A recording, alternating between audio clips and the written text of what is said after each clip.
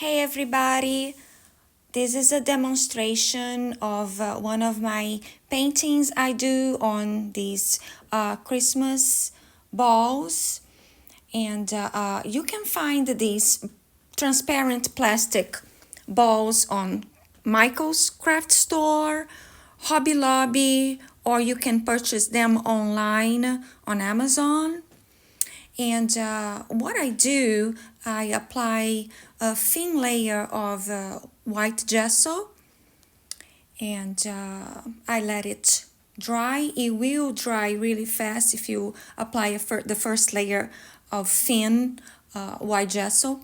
Then, so I let it dry, and then I will apply a second layer of white gesso, and my next step, which I'm going to show you on my next video, it's my abstract painting on these ornaments, on these balls, Christmas balls, and I will see you on my next video.